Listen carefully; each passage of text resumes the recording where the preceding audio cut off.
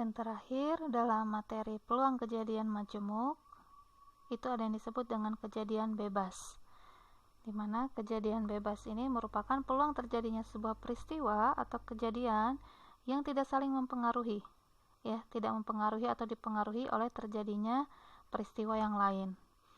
Jadi kalau digambarkan, mungkin kalau yang sebelumnya saya jelaskan dalam bentuk penggambaran seperti ini ya.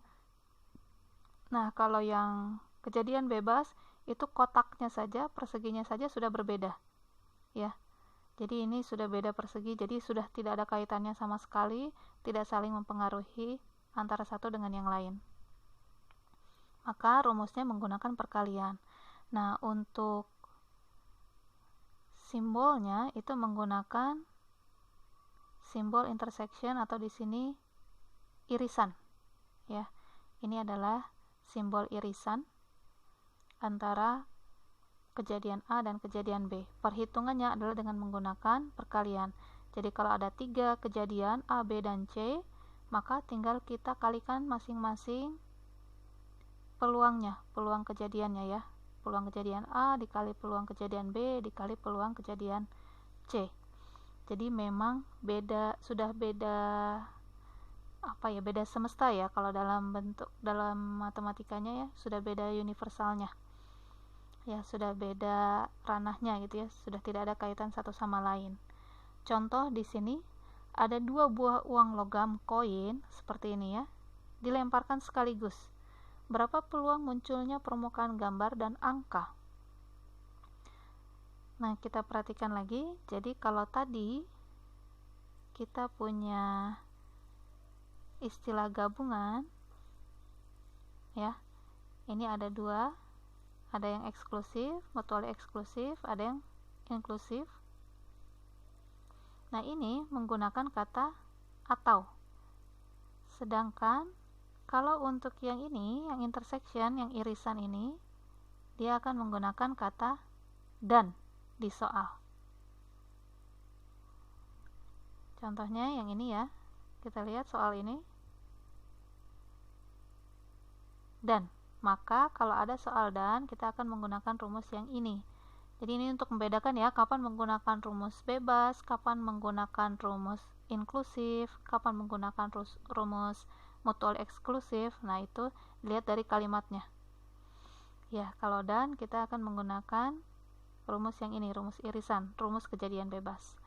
Kita tahu bahwa kalau logam, uang logam itu ada 2 sisi, ada yang sisi angka, ya, maksudnya dia didominasi oleh informasi angka, sedangkan ada sisi gambar.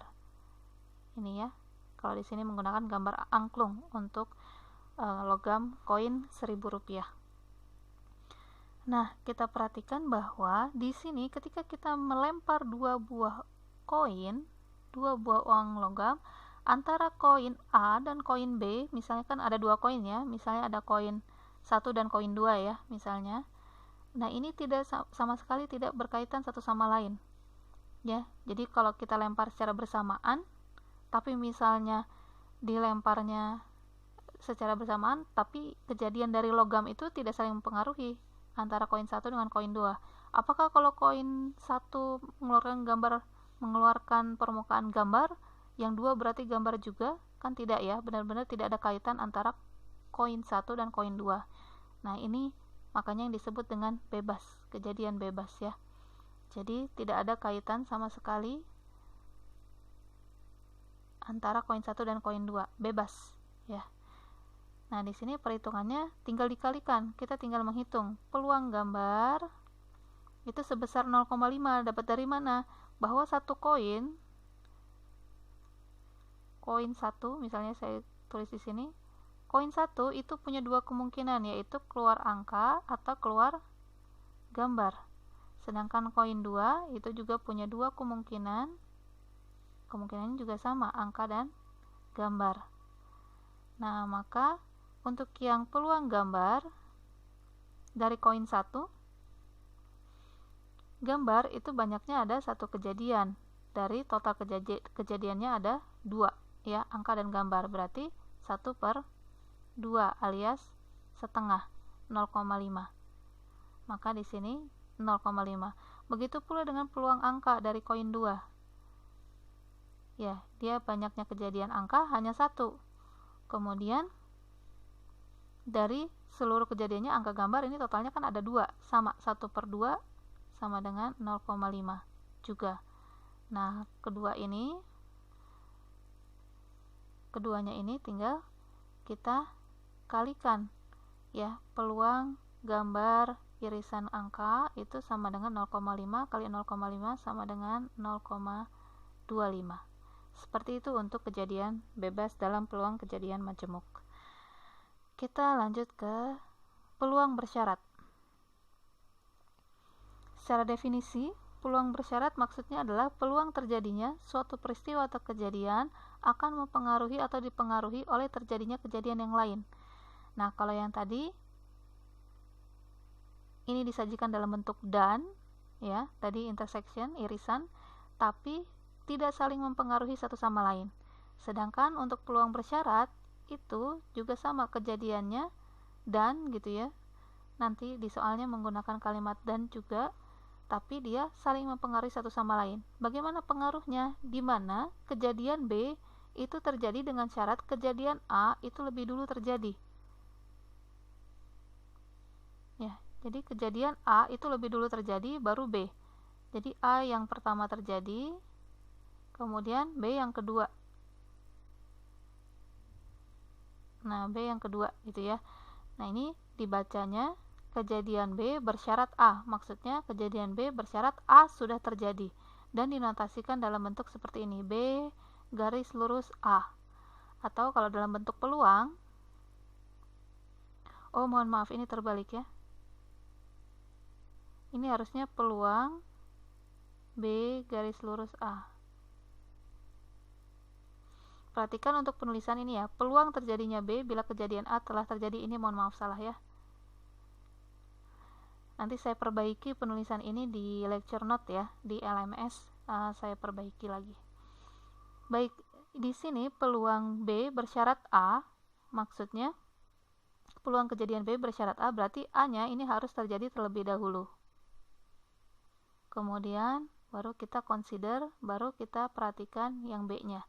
Kalau saya menuliskannya seperti yang salah tadi, A garis B, itu berarti yang terjadi terlebih dahulu adalah yang B. Sedangkan yang A ini adalah yang mau kita perhatikan, yaitu kejadian berikutnya. Nah, rumusnya juga masih sama, menggunakan intersection, menggunakan irisan, dengan rumusnya adalah peluang A dikali dengan peluang kejadian B bersyarat A. Seperti itu ya. Contoh, misalnya saya punya sebuah kotak berisi 3 merah, kemudian 2 hijau, bola ya, 10 bola biru. Apabila saya mau mengambil 2 bola dari kotak tersebut, maka berapakah peluang terambilnya bola merah dan hijau?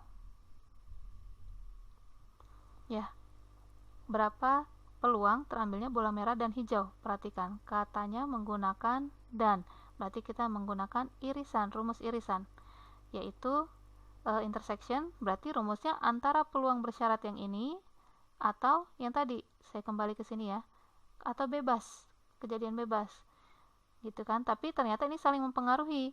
Berarti kalau misalnya merah yang terlebih dahulu diambil, merah yang pertama ya, mohon maaf, ini merah yang pertama, berarti hijau yang kedua gitu ya. Ada 2 kemungkinan ya, merah yang pertama, hijau yang kedua, atau sebaliknya, hijau yang pertama, merah yang kedua.